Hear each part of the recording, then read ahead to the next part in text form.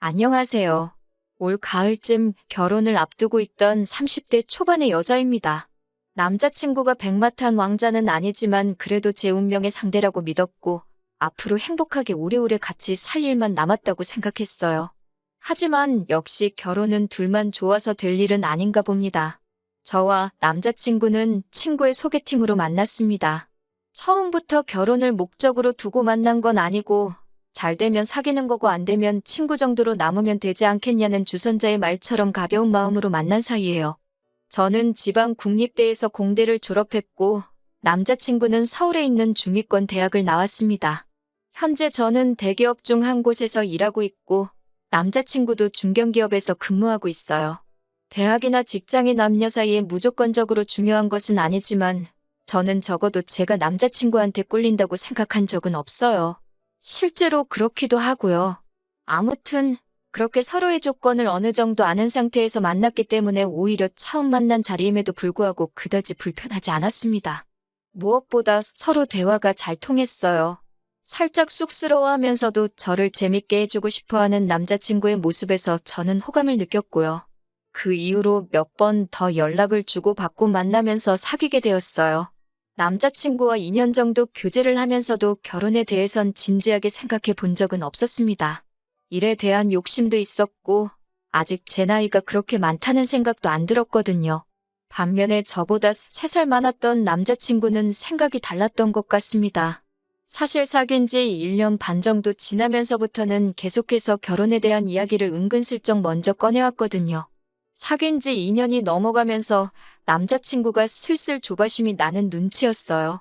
그러다 느낌적으로 오늘은 프로포즈를 하겠구나 싶었던 날이 있었는데 아니나 다를까 남자친구가 청혼을 해왔습니다.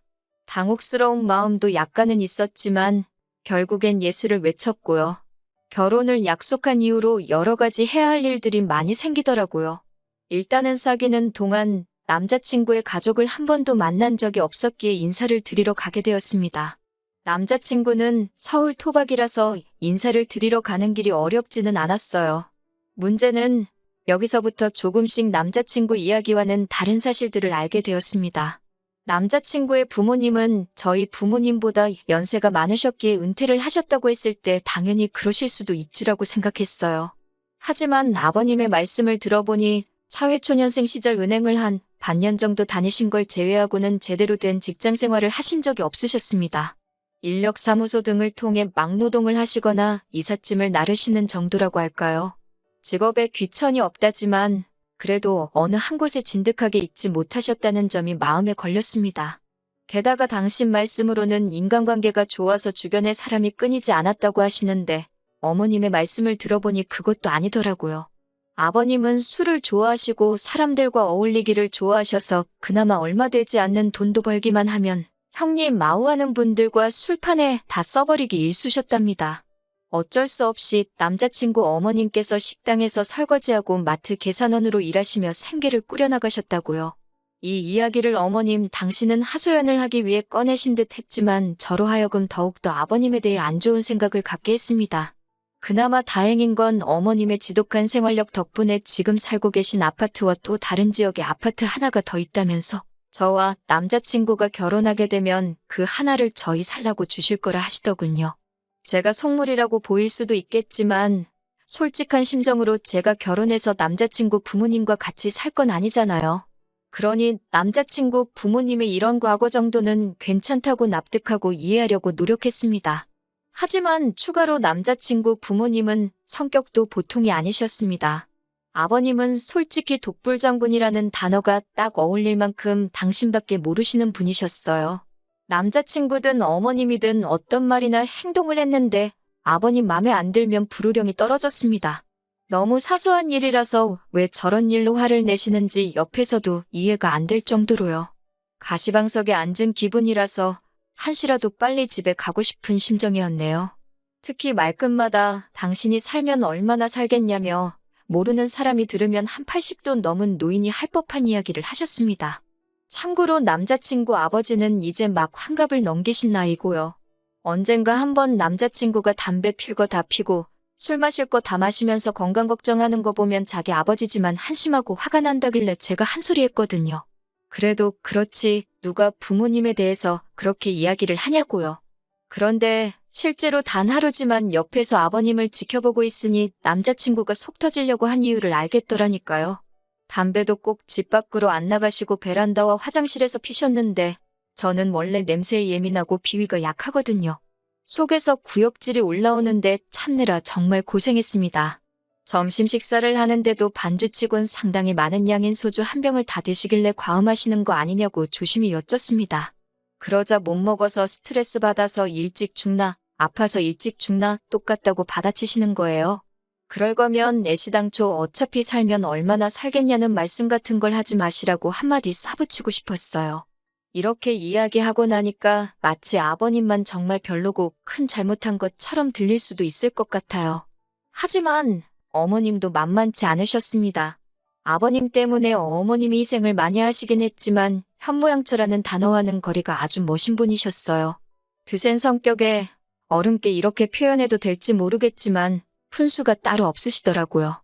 굳이 저한테 왜 남자친구의 전 여자친구 이야기를 하시는 건지 의중을 알 수가 없었습니다. 전에 사귀던 여자가 어느 대학을 나왔다는 둥, 당신한테 무슨 선물을 사왔다는 둥, 그렇지만 얼굴이 별로였다는 등 할 소리와 안 해도 될 소리를 전혀 분간하지 못하시는 것 같았습니다. 떨떠름한 표정으로 듣고 적당히 웃으며 호응은 해드렸지만 오늘 이 인사가 끝나면 저에 대해서도 어디 가서 이런 식으로 말씀하고 다니시겠구나 싶은 생각이 들어 찝찝하고 마음이 좋지 않았습니다. 다행인지 어쩐지 그날 이튿날 남자친구에게 전화가 걸려왔습니다. 남자친구는 자기 부모님이 저를 너무 마음에 들어한다며 하루라도 빨리 나를 잡았으면 좋겠다고 성화였어요. 하지만 솔직히 저는 그때부터 이 결혼을 하는 게 맞는 건가라는 싶더라고요. 파혼까지는 아니었지만 뭔가 마음에 깨름직한 게 있었다고 할까요? 이러지도 저러지도 못하고 시간은 흘러서 상견례 날이 되었습니다. 저희 부모님은 지방에서 살고 계셨지만 저나 남자친구 그리고 남자친구 부모님까지 전부 다 서울에서 살고 있었기 때문에 상견례도 서울에서 하게 되었습니다. 상견례가 어떻게 보면 제가 결혼을 미루게 된 결정적인 사건이었습니다. 제가 남자친구와 결혼을 결심했던 이유 중 하나는 남자친구는 허세나 허풍이 없고 담백한 사람이에요. 하지만 남자친구 아버님은 남자친구와는 판이하게 다르신 분이었습니다. 저희 부모님하고 기싸움을 하려고 하시더군요. 물론 사람들이 모이면 기싸움을 할 수도 있고 저도 그럴 때가 있으니 이해를 합니다. 하지만 자꾸 저나 저희 부모님을 깎아내리려고 하는 게 눈에 보이니 너무나 불쾌하더라고요. 처음에는 양가 부모님 사이에서 가벼운 이야기가 오가고 있었습니다. 그러다 남자친구 아버님께서 갑자기 저희 부모님더러 지방 사람들은 서울이 어떻게 돌아가는지 잘 모르지 않냐며 말씀하시더군요. 광화문 촛불 이런 거는 TV로밖에 못 봤을 거 아니냐며 세상이 변했다는 그런 말씀을 하시더군요. 그러더니 또 무슨 말씀을 하시다가 당신이 금융권에 좀 있어봐서 안다며 아는 척을 하시고요. 듣고 있는데 가관이더라고요. 남자친구는 그래도 자기 부모님이라 그런지 별말 없이 앉아있는데 그 꼴도 보기가 싫던걸요. 게다가 남자친구에게는 2살 많은 형이 있었는데 장가도 안 간 그 형이 상견례 자리에 말도 없이 따라 나온 것도 부족해 어찌나 쩝쩝거리고 개걸스럽게 밥을 먹어대는지 꼴보기 싫어 죽겠더라고요. 아무도 묻지도 않았는데 혼자 이게 맛있네 이건 별론의 품평회를 해대지 않나. 저는 솔직한 말로 남자친구 가족이 이 정도로 경우 없고 수준 없는 사람들인지 몰랐습니다.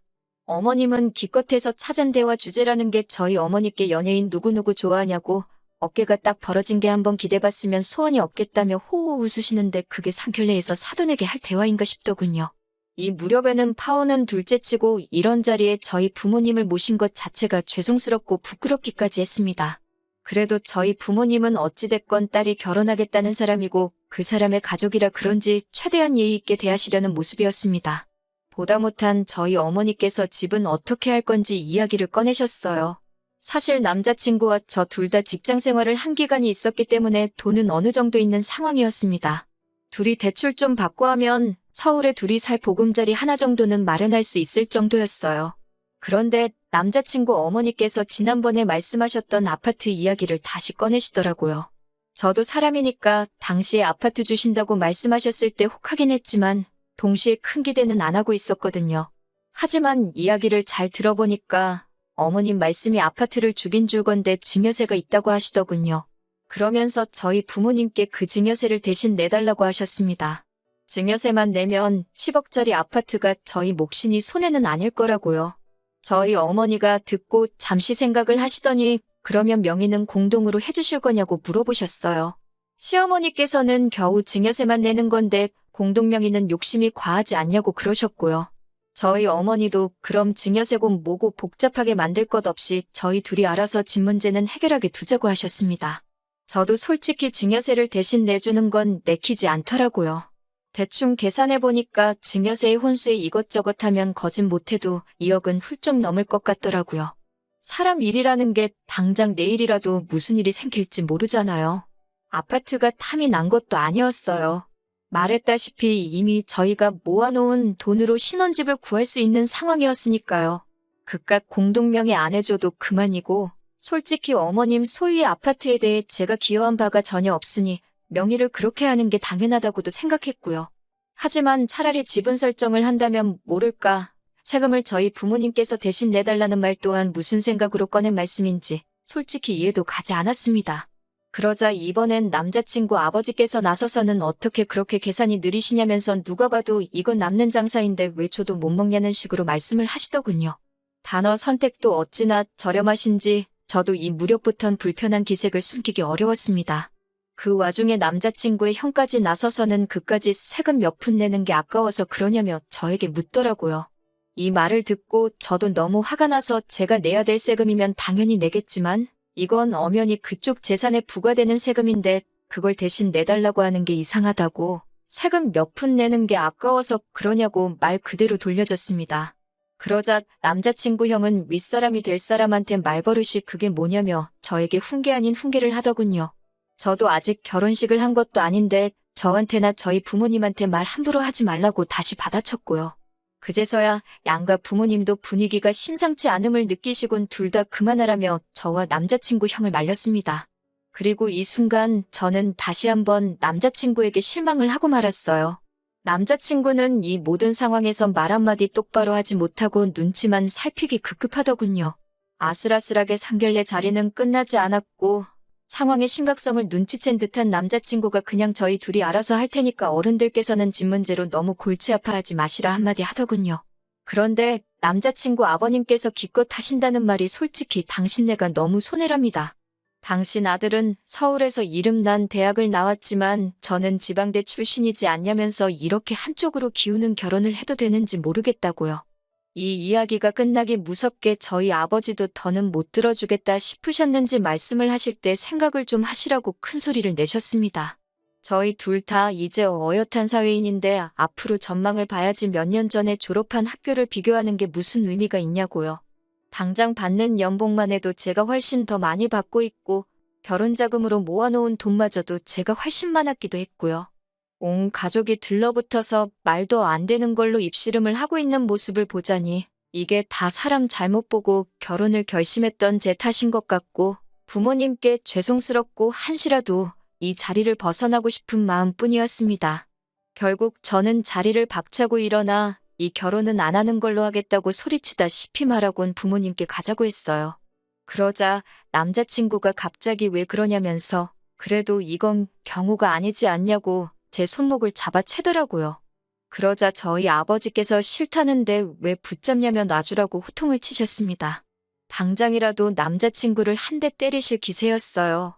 하지만 그 순간에도 남자친구 어머님께서는 절 보면서 주제에 어디 가서 이런 남자를 또 만난다고 튕기고 난리냐고 꼴값돈다 하셨습니다. 정말이지 교양이라곤 하나도 없는 분이라는 걸 다시 한번 알겠더군요. 결국 그렇게 상견례 날 결혼 이야기는 파토가 나버렸고 저는 억울하고 분한 마음을 삭히지 못한 채 며칠을 보냈습니다. 그래도 하루하루 시간이 지날수록 마음의 평정이 찾아오고 냉정하게 상황을 돌이켜볼 수 있었습니다. 저런 집안과 저희 부모님이 사돈을 맺게 하는 거야말로 불효나 마찬가지라는 깨달음을 얻었고요. 무슨 바람이 불었는지 한 2주 정도 지나고 나서 남자친구에게서 다시 연락이 왔어요. 저희 집에서 증여세를 내주면 공동명의해도 된다고 허락받았다며 없었던 일로 하고 우리 다시 결혼 진행하자고 하는데 그까짓 것 공동명의해주고 얼마나 뻣뻣하게 고개를 들고 잘난 체를 하실지 안 봐도 비디오라서 됐다고 했습니다. 막말로 저희 부모님이 돈이 없으신 것도 아니고 저로서는 아쉬울 거 하나 없었으니까요. 손해보고 결혼시킨다는 듯이 큰소리 뻥뻥 칠 때는 언제고 결혼 뒤집어버리니 다시 찾아와서는 왜 저러나 싶었어요. 남자친구는 그래도 우리가 만난 세월이 있는데 어떻게 이렇게 한순간에 모른 척 할 수 있냐며 너무하다고 했지만 지금이라도 남자친구를 끊어내서 다행이다 싶을 뿐이었고요. 조금의 후회나 미련도 남아있지 않습니다.